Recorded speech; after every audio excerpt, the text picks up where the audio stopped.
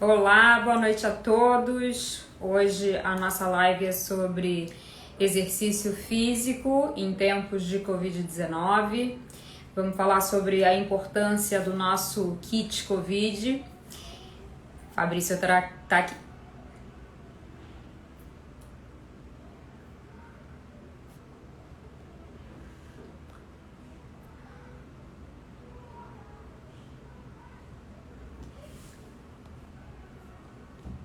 Vamos lá.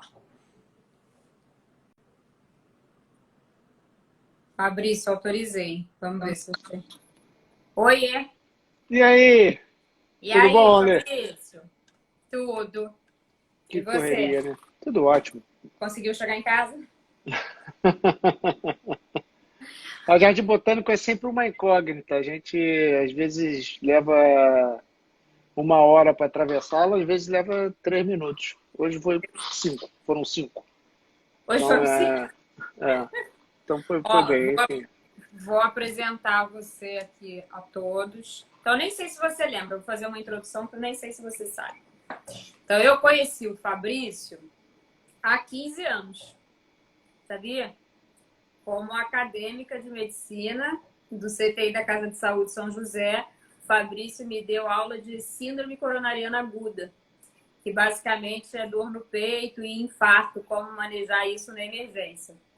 Na época que eu conheci o Fabrício não era assim. Ele era um cardiologista que trabalhava muito, assim como ele trabalha hoje, mas ele não era fit. Aí, Não. depois de um tempo, alguns anos assim, eu malhava na Velox, aí eu vi uma pessoa que eu falei, acho que eu conheço aquela pessoa.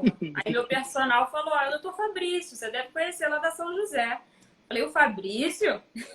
O Fabrício estava seco, tinha virado triatleta e tinha mudado de vida.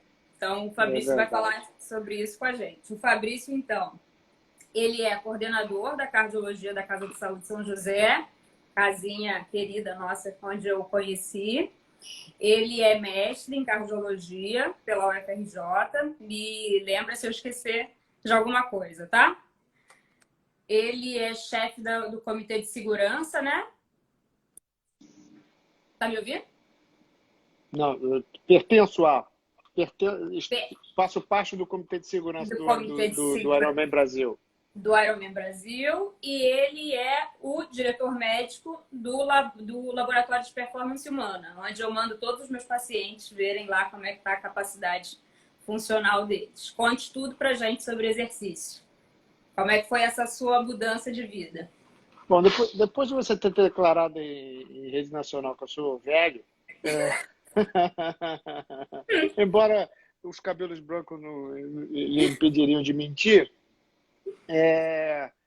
enfim, eu tive uma vida muito ativa durante maior parte da minha infância e adolescência. Joguei futebol de salão, na faculdade disputei os campeonatos todos de futebol, era o meu esporte até então, fui federado. Campeão carioca de futebol de salão em 1984 pelo Mauá de São Gonçalo. Quem Muito tiver bem. duvidar pode ir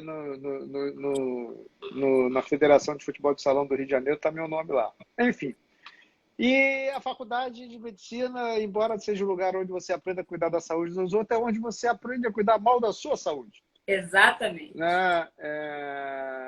Acho até que isso tem a ver com a pouca afeição que os médicos têm a prescrever exercício, a orientar pacientes a fazer exercício, a procurar profissionais de educação física, etc., depois que se formam, Uhum. que eles acabam cuidando mal da profissão. E eu não fui uma exceção. Então, eu entrei na faculdade e pesava assim, em torno de 55 quilos. Era magro, só tinha cabeça e orelha. E, e saí com uma bagatela de 105. Caramba. Durante algum tempo, eu emagreci, engordei e cheguei a um pouco mais do que isso.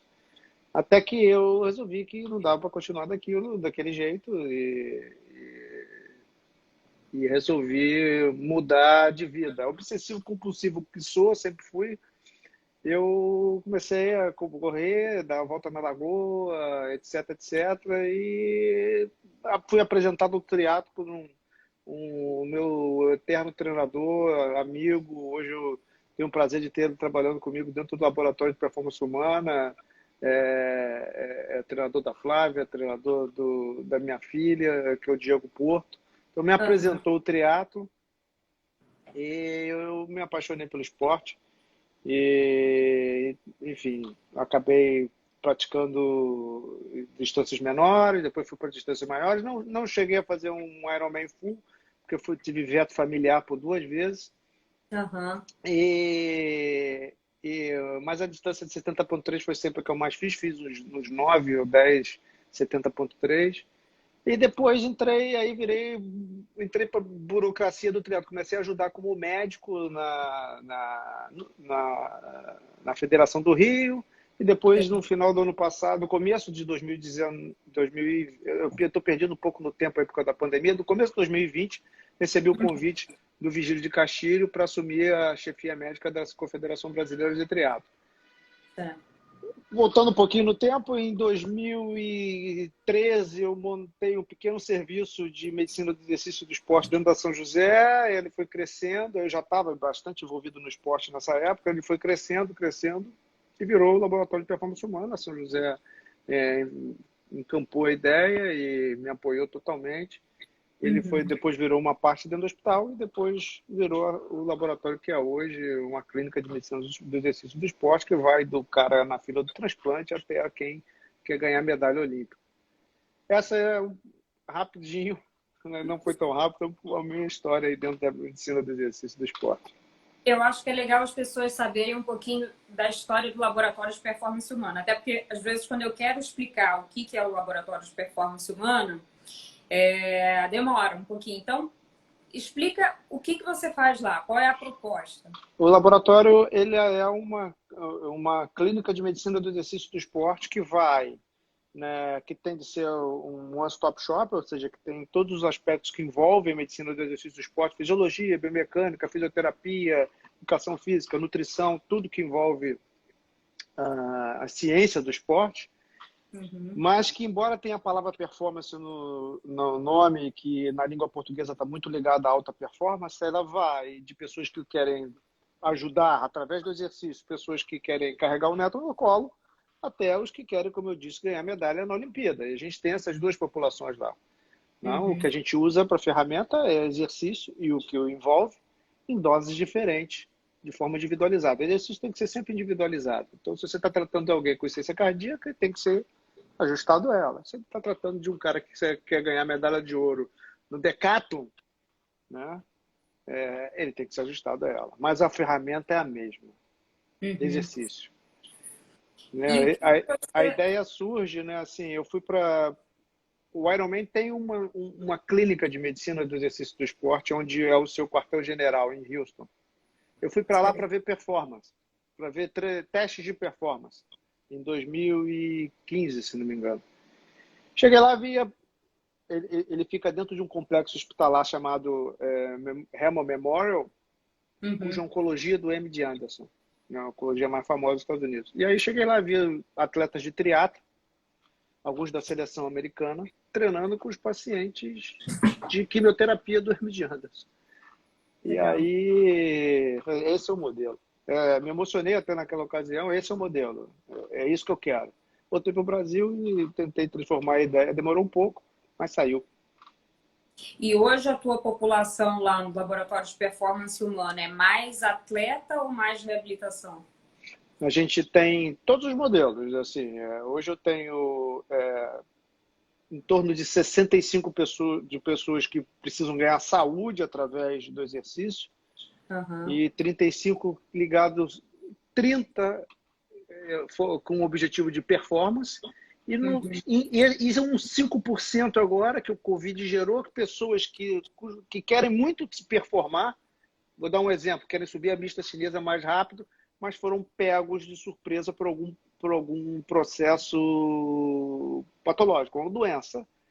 Estão em um programa de reabilitação, mas, mais uma vez, você não tem como pegar um indivíduo que sobe a vista chinesa em 19 minutos, a mesa do imperador em 19 minutos, e porque ele teve um evento coronariano, ou uma miocardite, ou uma pneumonia, que seja, e botá-lo num programa de reabilitação tradicional. Então, a gente tem uma pequena parcela que é essa da reabilitação atlética, que pessoas que são atléticas, né, que o esporte faz parte da vida delas, Uhum. e em programas de reabilitação. Estão reabilitando, mas é uma reabilitação diferente. E isso é muito interessante, Ali, porque a gente consegue tentar. Essa é uma coisa que eu tenho, assim, que eu falo bastante, eu acho que eu consegui passar essa mensagem para as pessoas que trabalham comigo. A gente sempre que pode bota o esporte, mesmo nos programas de reabilitação das pessoas mais comprometidas. Sei. O esporte é muito engajador, né? E a gente Muito. quer que essas pessoas que entram no programa de reabilitação, que muitas vezes nunca fizeram exercício na vida, não saiam nunca mais. Aquela fase de reabilitação ali vai durar 8, 12, talvez um pouco mais, dependendo da doença. Mas a Aham. vida deles a gente quer que dure muito e que o exercício nunca saia da vida deles.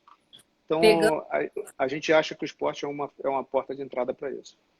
pegando o gancho lá de que você falou, né? Que na faculdade a gente aprende muito a cuidar da saúde dos outros, mas o médico, geralmente no final da faculdade, está pior de saúde do que quando entrou.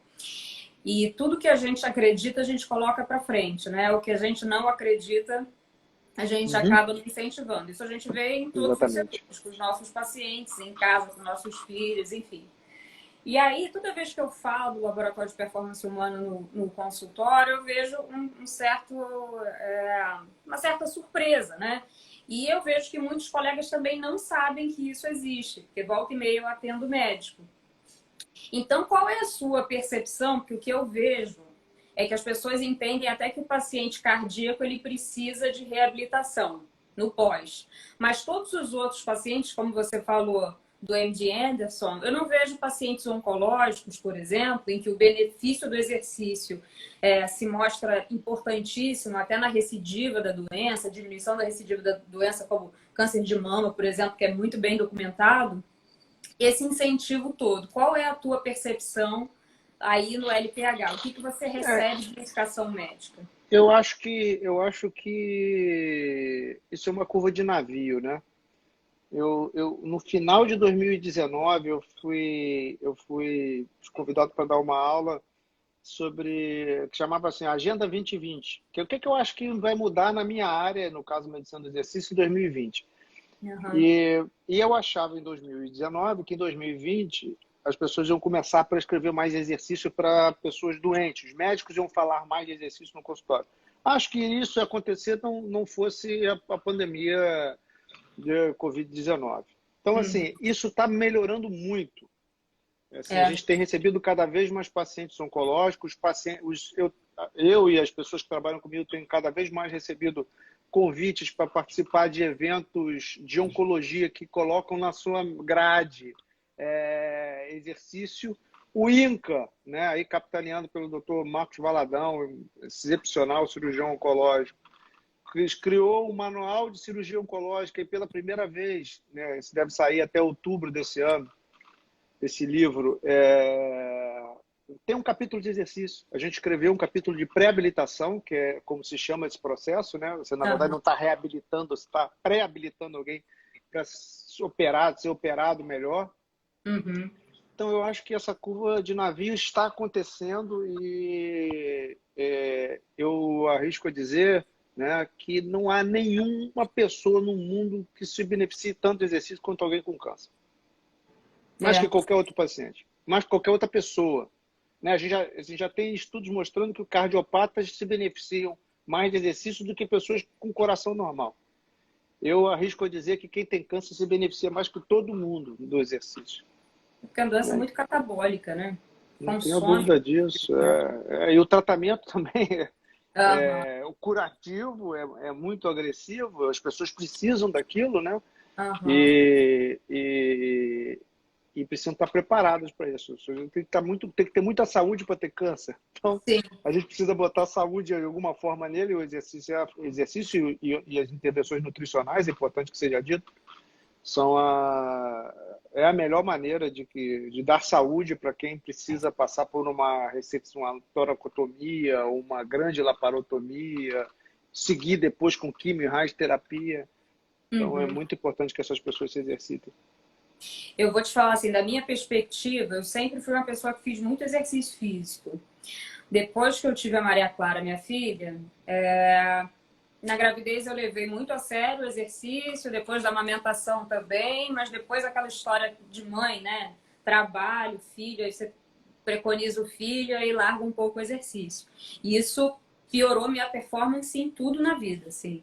O som, para quem estava acostumada a fazer exercício regularmente, diminuir a intensidade, piorou meu sono, piorou minha capacidade de estudo, piorou memória, piora tudo, né?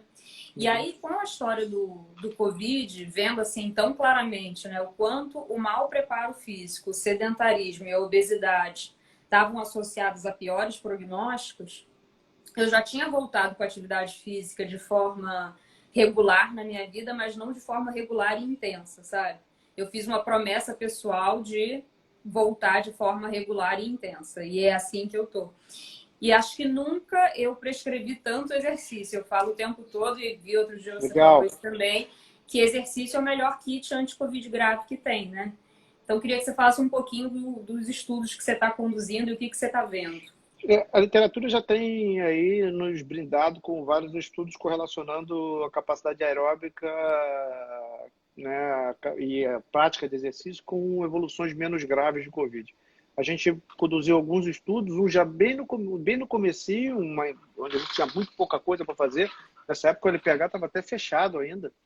Sim. Começamos esse trabalho em abril e a gente fez isso por questionário, entrevistando 2.000 pessoas e vimos assim que a taxa de internação dessas pessoas atléticas era muito menor do que a esperada, baseado em dados que tinham saído da população nova-iorquina. Então a gente teve assim um terço menos de internação do que o esperado, né, naquela Uhum. população. E aí logo depois que a gente começou, em junho, final de maio, a receber as pessoas que tinham tido Covid, né? Estávamos aí com 2 meses de pandemia, mais ou menos, no Brasil, no Uhum. Rio de Janeiro, né? A primeira internação, o primeiro caso foi 26 de fevereiro, e o primeiro caso no Rio de Janeiro, se não me engano, foi dia 8 de março. Então a gente tinha 2 meses, um pouco, e as pessoas sabendo que a doença não acabava quando o cara saía do hospital.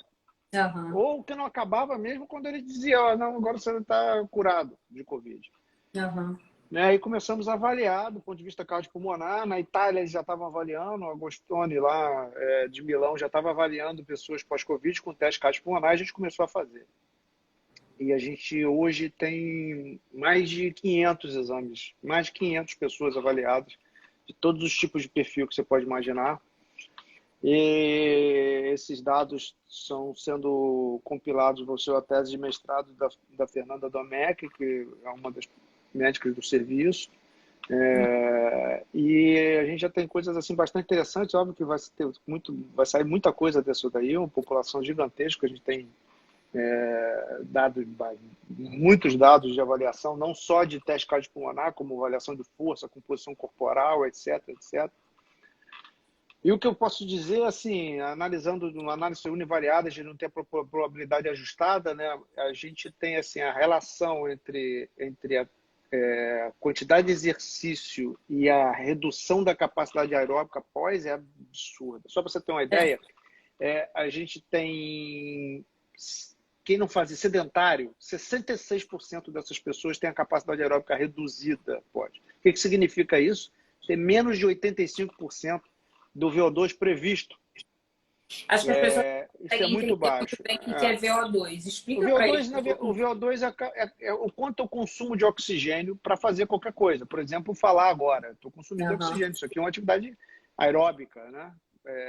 Contração da musculatura facial. Então, é através de oxigênio que eu produzo energia, né? Então, assim, se eu a minha capacidade de consumir oxigênio está diretamente ligada né, à minha capacidade de produzir energia.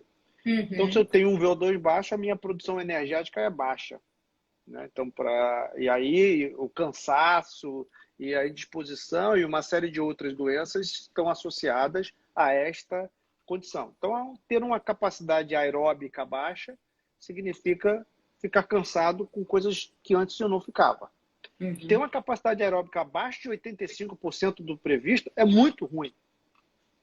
É muito ruim. Está relacionado com um aumento de mortalidade no futuro. Uhum.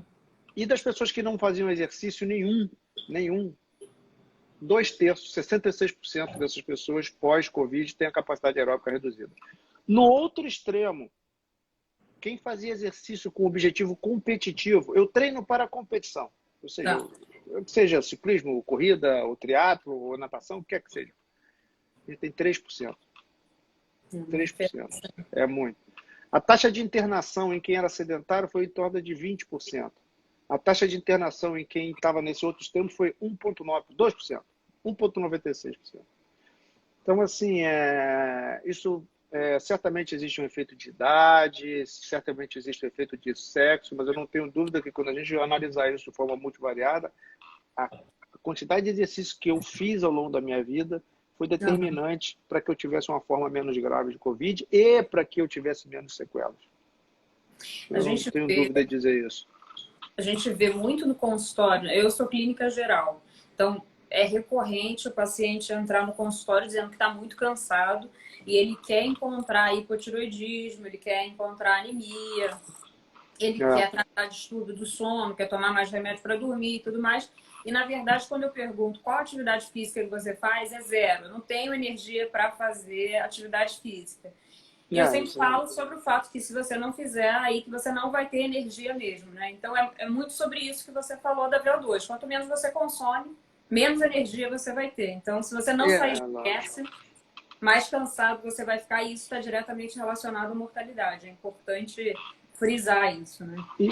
Mas tem uma notícia boa com relação a isso, que dentro do mecanismo principal, quando eu tenho uma capacidade aeróbica reduzida, ela pode estar reduzida por vários motivos.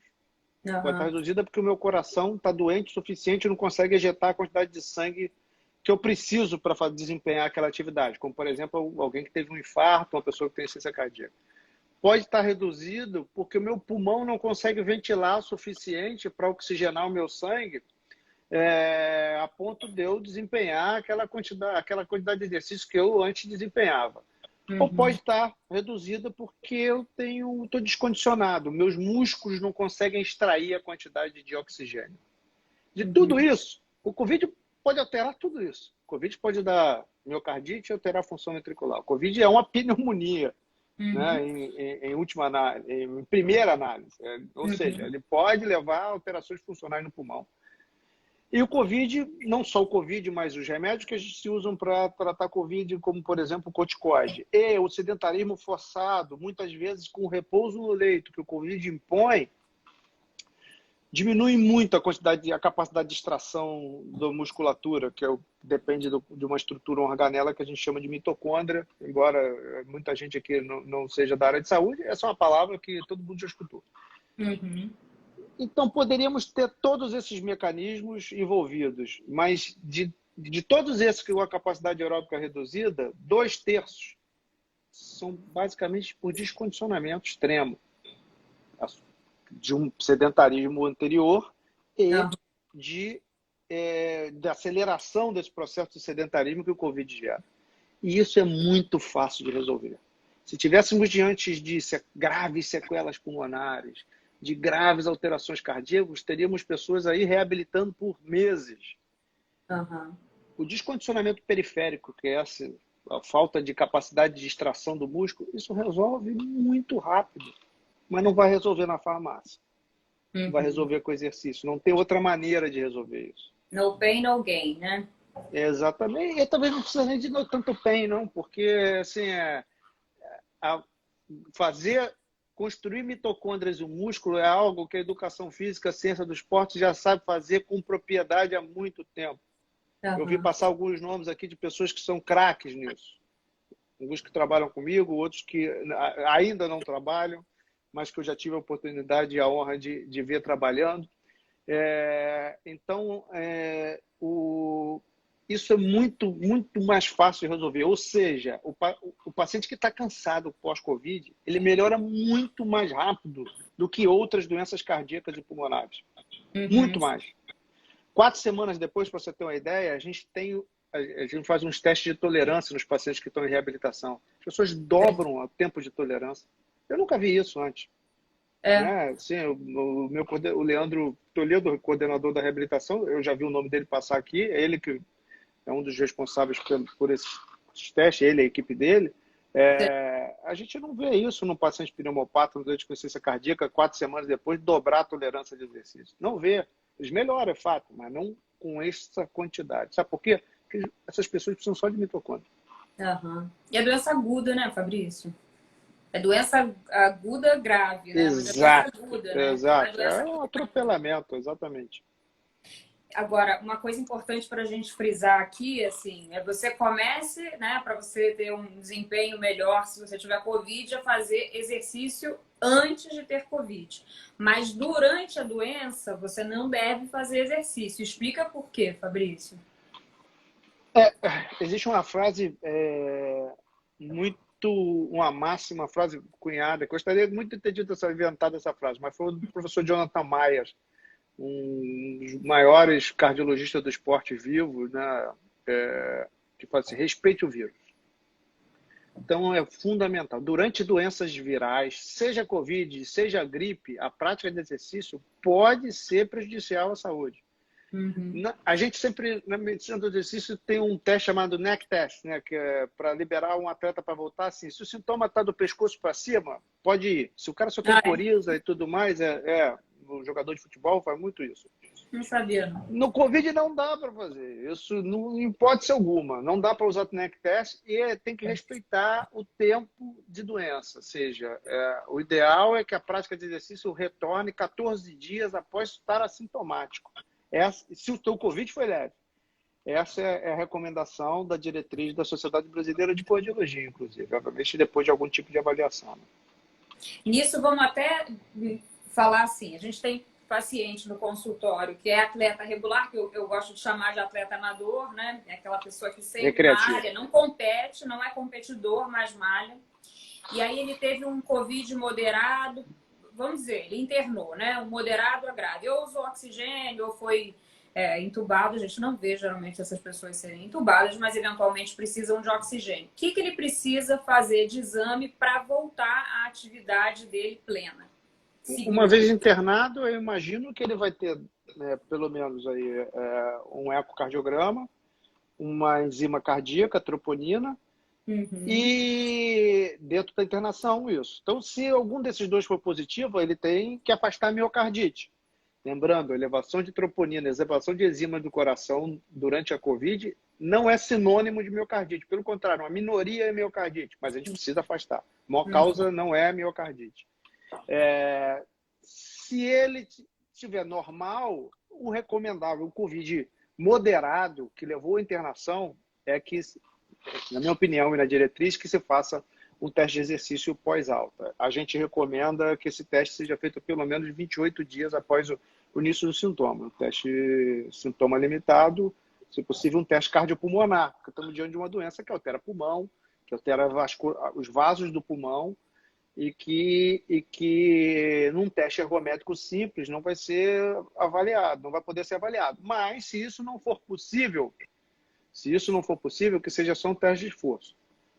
Os Covid mais leves, nem todos vão precisar disso. O exame clínico olhado cardiograma, numa pessoa que quer fazer exercício para ganhar saúde, é o suficiente.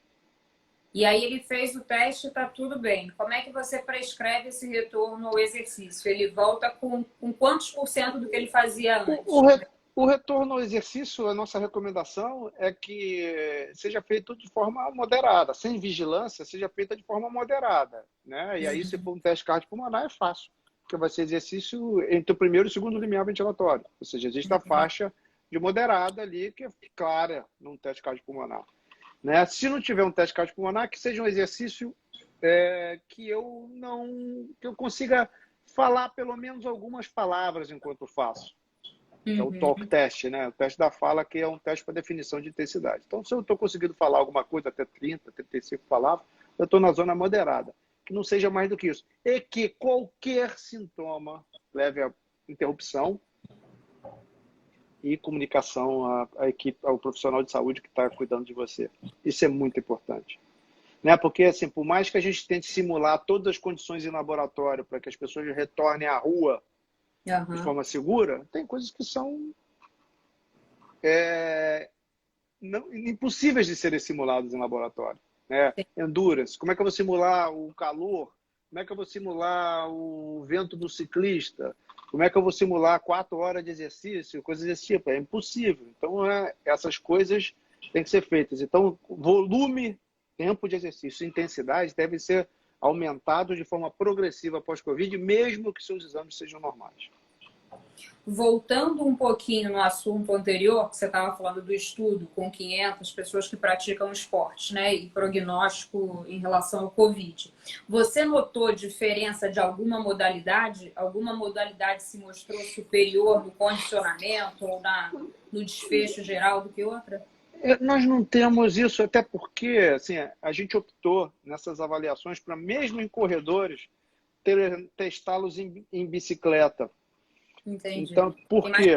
Porque a gente tem mais controle de algumas variáveis que são importantes, né? Sobretudo a pressão expirada de gás carbônico, coisas desse tipo, a ventilação fica melhor de ser vista no exame em bicicleta do que no exame em esteira. A gente tem optado por isso. Alguns exames só a gente acabou fazendo em esteira, mas muito poucos. A maior parte, 99%, a gente fez em bicicleta. É um teste médico nesse momento e que a gente quer que ele tenha segurança e liberar as pessoas para a prática de exercício.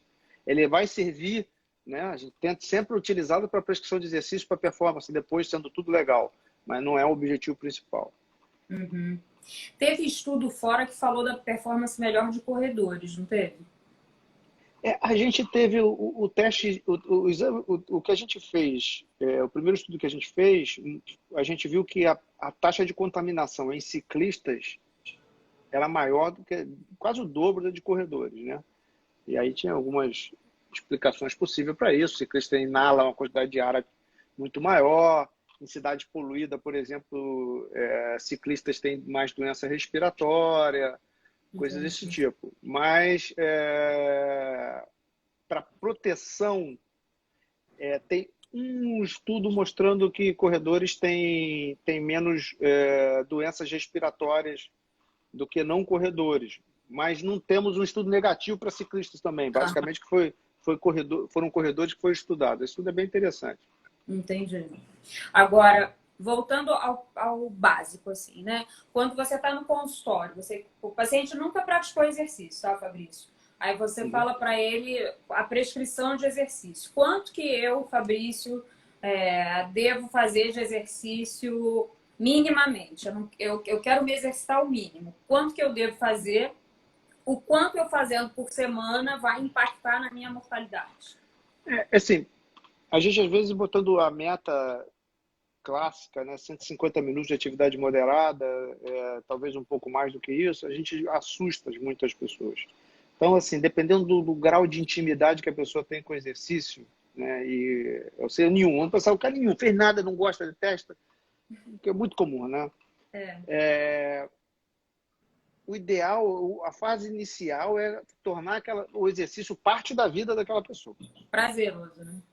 Então, eu uso uma coisa que eu aprendi com outro grande mestre e ícone da cardiologia do esporte, que é o Paul Thompson.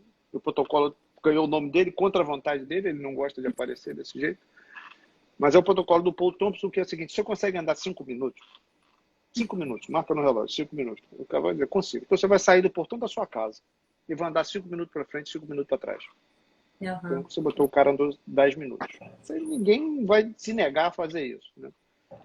Então, andou 10 minutos e vai fazer isso 5 vezes por semana. Então, o cara vai andar 10 minutos 5 vezes por semana. Na outra semana, ele vai aumentar 2 minutos e meio. Então, vai andar 7 minutos para frente, 7 minutos e meio para frente, 7 minutos e meio para trás. Qual é o objetivo? Progredir isso uma velocidade. Na verdade, o Paul Thompson progride até a cada 2 semanas, para que ele, em algum momento, esteja fazendo 30 minutos de exercício, 30 minutos de caminhada, 5 vezes por semana. Veja bem, o que a gente progrediu aí nas valências do exercício? Só o volume. Você atingiu o volume que você queria, 150 minutos por semana. Chegando nisso, mantenha isso por 4, 5, 6, até 6 semanas. E aí depois você começa a botar intensidade. Nesse período, se você somar, tem estudos de comportamento humano, você transformou aquele período ali um hábito para a pessoa.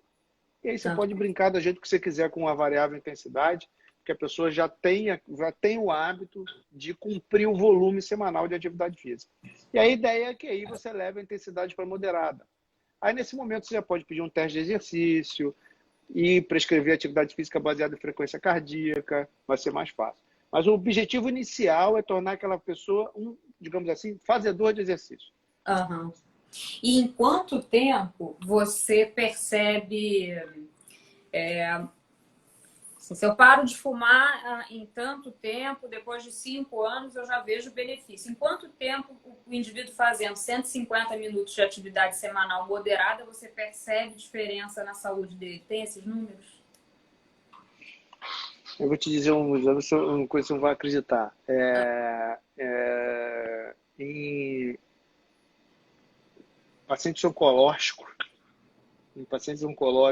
existem tem um estudo muito interessante que mostra que um treino, paciente oncológico com dor crônica, um treino melhora a escala de dor. Um dia de exercício. Então, o quanto tempo vai demorar para ele reduzir os riscos cardiovasculares dele depende. Pressão arterial melhora com 30 dias. Dislipidemia demora um pouco mais. Eventos cardiovasculares, a gente não tem esse prazo, mas o fato é que assim, a vida continua. O ideal é que você continue fazendo exercício para sempre. Né? Então, assim, não tem um período específico. A partir de quanto você vai melhorar? Provavelmente vai melhorar a partir do primeiro dia. Pelo menos a cuca melhora. Coisas que eu ouço no consultório que eu acho bacana você desmistificar. Não, eu estou muito hipertenso para fazer exercício, eu tenho que melhorar. E hoje a gente já sabe que exercício trata a hipertensão, né? Não tenha dúvida, saiu a diretriz agora muito legal, como individualizar o exercício para tratamento da hipertensão arterial, treinamento aeróbico e treinamento de força. Então hoje, para você ter uma ideia, chegou com menos de 18 de pressão, a gente vai fazer exercício. Exatamente. Em pacientes cardiopatas. Né? Sim. Então, assim, isso aí outra coisa é o peso, muito pior né? ficar sentado no sofá. Estou muito pesado para fazer exercício. E aí, como é que você vai deixar de ser pesado? Tem cuidados que devem ser feitos para individualizar e diminuir o risco de lesão musculoesquelética. Na pressão também, tem cuidados que a gente pode fazer, mas o sedentarismo nunca é uma opção melhor. Nunca. Nunca. Só na hora que você tem doença viral, você tem que ficar quieto. Aí você tem que ficar quieto, circunstancialmente. Em relação aos exercícios, falar sobre a importância do mix, né? De você ter treino resistido, treino aeróbico, treino que você vai usar ali também a parte, eu não quero falar medicinês, às vezes a gente fala medicinês demais, né? De equilíbrio e tudo mais. Fala qual a importância da gente misturar os tipos de estímulo, Fabrício. Os benefícios são diferentes, né? O ideal é que você tenha a combinação de treinamento aeróbico, treinamento de força, treino de equilíbrio, sobretudo em populações idosas, porque ele diminui muito o risco de queda. Né? O treinamento de força pode, inclusive, ser atuar também nesse objetivo. Né? Mas, assim, eu não vou ganhar muito pouca força fazendo treinamento aeróbico. Eu não vou ganhar capacidade cardiopulmonar fazendo treinamento de força. Muito pouco isso. Né? Então, eu preciso dessas duas valências. Eu preciso ter força para levantar da cadeira sem ajuda de ninguém até os 90 anos de idade. E preciso ter capacidade cardiopulmonar para subir o lance da escada. Existe uma meta hoje para o homem moderno que é entrar andando no casamento dos seus netos. Ótimo. E para isso eu preciso de capacidade cardiopulmonar, sobretudo se for uma neta e você for levá-la até o altar, né? E um pouco de força para ficar em pé. Certo. Agora a gente vai entrar numa outra questão que é exercício / máscara. Isso é importante. não devo fazer exercício com máscara, a máscara prejudica, a máscara faz com que eu retenha CO2, não, a máscara melhora seu desempenho, o que você tem para A dizer? máscara piora a performance naquele momento, lógico. Como, por exemplo, inclinar, subir uma montanha piora a velocidade que eu corro ou que eu pedalo. A máscara é um elemento de estabilização, mas a gente também conduziu um estudo dentro do laboratório, o estudo está publicado em pré-print e submetido para revisão por pares numa revista, mas já está disponível para quem quiser. Não é o único, tem vários outros. Essa semana tem um no British Journal of Sports Medicine mostrando que os resultados são uníssonos. Altera a performance, mas não promove nenhum efeito deletério à saúde. Não há reinalação de gás carbônico que produza qualquer tipo de efeito ruim à saúde. E a gente já tem meta-análise mostrando que o uso comunitário de máscara em exercício ou fora do exercício reduz significativamente a redução das doenças virais. Infelizmente, a Organização Mundial de Saúde deve ter esquecido de... Existe uma frase lá, não faça exercício de máscara, que foi colocada lá no começo da pandemia, quando não tinha nenhum estudo relacionado a isso. E acho que eles esqueceram aquilo largado lá e isso tem atrapalhado muito, ou seja, está anacrônico e atrapalhando um pouco a divulgação desses estudos que são importantes. O exercício hoje deve ser feito no momento, sobretudo no que a gente tem na pandemia, na nossa cidade, deve ser feito com o uso de máscara, ela é eficaz na transmissão da doença viral, ela vai diminuir a minha performance, mas isso nesse momento é muito menos importante, né? Até porque não tem prova nenhuma para fazer. Ela é segura e deve ser utilizada. Acho bacana você falar da comparação com a máscara do CPAP, né? Que pacientes com DPOC, por exemplo, usam. E a gente não fica tão preocupada de ficar usando aquela máscara. Mais que isso, eu tenho inúmeros pneumopatas. A gente tem uma pneumologia forte dentro do hospital e recebo muito pneumopato, doença pulmonar intersticial, do DPOC gravíssimo. Todos eles fazem exercício de máscara. Todos. Quantos passaram mal até hoje? Nenhum. Não estou falando de gente com esse pulmão maravilhoso aí, que esses remadores e corredores e ciclistas têm. Tem gente com pulmão doente, muito doente, a ponto de precisar fazer exercício em reabilitação. Todos eles fazem atividade física de máscara. Não vi ninguém passando mal porque estava de máscara. Então, todo mundo use máscara, continue usando máscara. Ela é segura, ponto, e do ponto de vista de transmissão de doenças infecciosas, virais, ela é eficaz, já está mais do que provado. A gente precisa usar, é uma questão hoje de cidadania, inclusive. Acho que outra coisa, assim, a gente já está, são 8h16, a gente tem até 8h30 para ir. Que você falasse o seguinte, que eu vejo muito no consultório. Muitos pacientes que se exercitavam resolveram parar de se exercitar pelo medo de contrair Covid, né? Aí eles vêm aqui, às vezes, eu colocando os vídeos e tal, eu fazendo academia, eu falei assim, olha, eu não te recomendo ir à academia, que é um lugar fechado. Eu faço academia porque eu marco um horário esse que eu sei que a academia está mais vazia e eu tô todo dia de máscara dentro do CTI. Então, se eu tenho esse hábito de para me doar a minha profissão, eu também devo doar ao meu cuidado, né? Senão, não estarei saudável. Eu preciso cuidar de mim em determinado momento. Mas para você que tem comorbidade ou é mais velho, eu acho que você tem que fazer exercício, mas fazer exercício ao ar livre, que é o que eu peço para minha mãe fazer, com a personal e tudo mais. Então, eu queria que você reforçasse isso, do quanto é importante, se o indivíduo pegar Covid, que não está muito na nossa mão, né? A gente já viu várias pessoas que estão em casa, acabam pegando Covid, outra pessoa trouxe. Enfim, pessoas que se cuidaram a vida inteira e pegaram Covid, e se elas tiverem condicionamento, elas vão melhor do que ficar fugindo absolutamente de tudo, né? Mais uma vez, se eu não estou no curso de uma doença viral, se eu não estou no nadir de uma quimioterapia, o sedentarismo nunca é uma opção. Não é. Tem que arrumar alguma maneira de fazer exercício em casa ou gerenciando o risco, né? Em academias que gerenciam protocolos, que têm controle de entrada, que têm controle de quantidade de pessoas no seu interior. sempre fazendo higiene de equipamentos, higiene de mãos e utilizando máscara, Uhum. gerenciando o risco, faça exercício onde ele achar seguro. Então, não fazer não está no panorama, não está de forma alguma. O que mais, Fabrício, que você tem para contar para a gente aí de palpitante que você viu, exercício versus Covid, que eu possa não ter te perguntado? Uma coisa que tem se falado muito é da miocardite, né, da Uhum. inflamação do músculo do coração. A gente,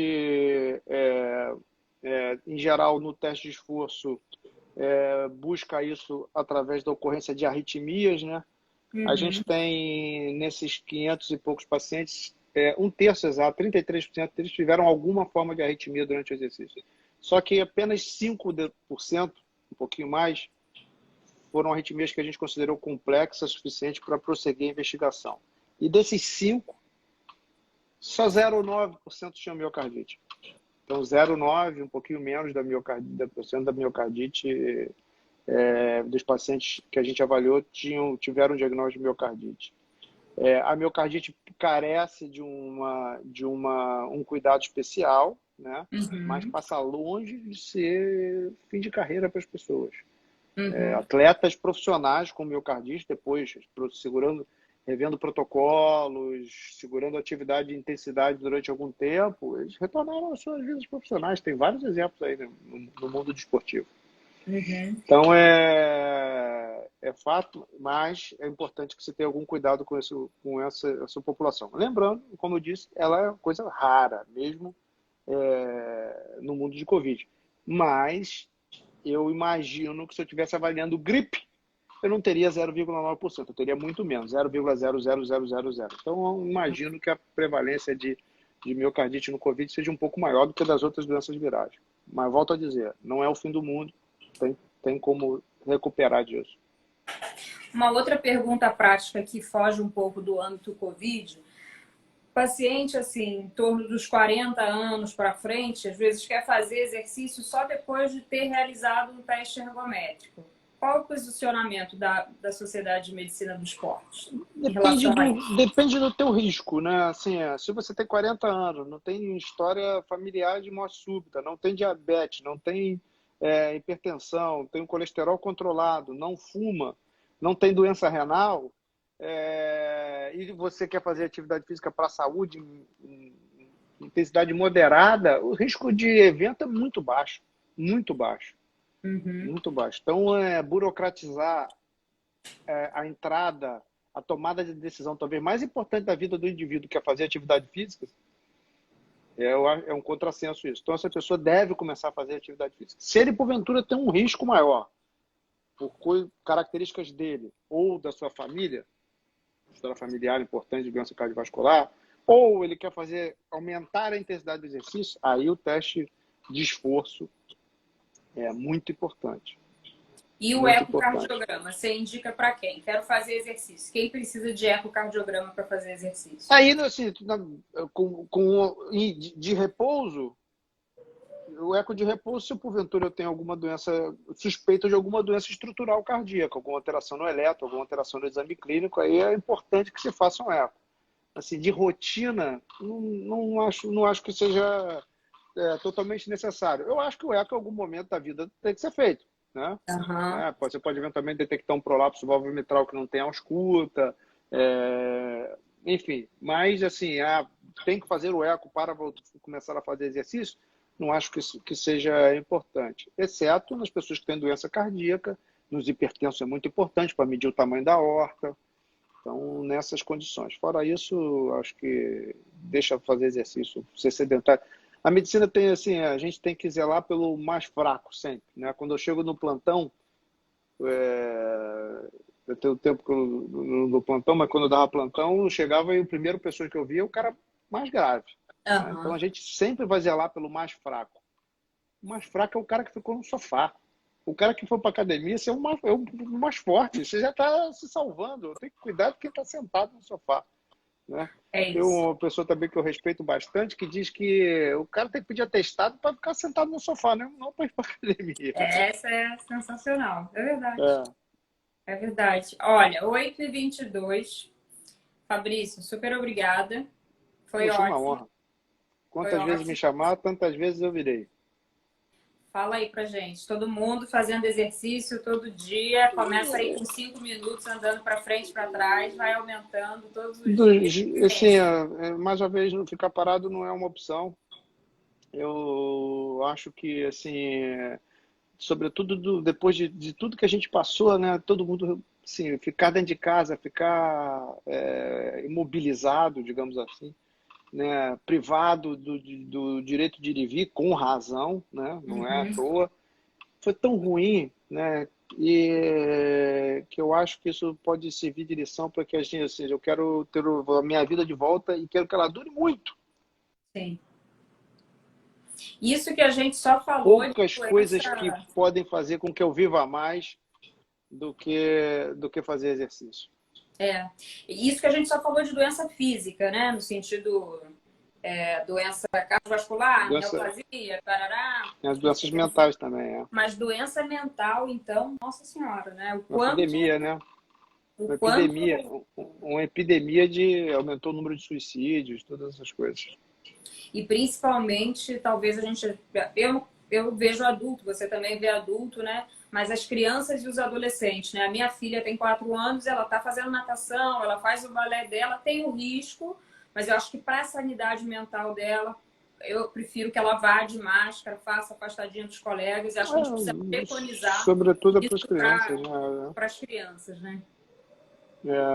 Não tenha dúvida, é fundamental para manter a nossa cabeça no lugar diante de tantas coisas que a gente tem visto, ouvido e sentido, né? Assim, a distância dos que amamos, a impossibilidade de abraçar, a dificuldade de ver os nossos como a gente gostaria, os nossos idosos, né? Esse final de semana eu estive na casa dos meus pais, já não ia lá um tempão, eu os vi em 14 meses, quanto menos de 5 vezes. A gente precisa ter uma válvula de escape que ela seja saudável, né? Porque está Sim. cheio de válvula de escape que prejudica a saúde por aí. O exercício sem sombra de dúvida, é a melhor delas. Então, levantem todos do sofá, né? Da cadeira e façam o exercício aí. Pode ser antes de dormir, dar uma Do corridinha jeito, a parada hora que no for, quarto. na hora que for. Não tem subdose, não tem dose em excesso. Isso aí. Diferente dos remédios. Obrigada, viu? Um beijo, querida. Um beijo grande. Tchau, tchau. Tchau, tchau. Obrigada a todos que nos assistiram também. Tchau, tchau.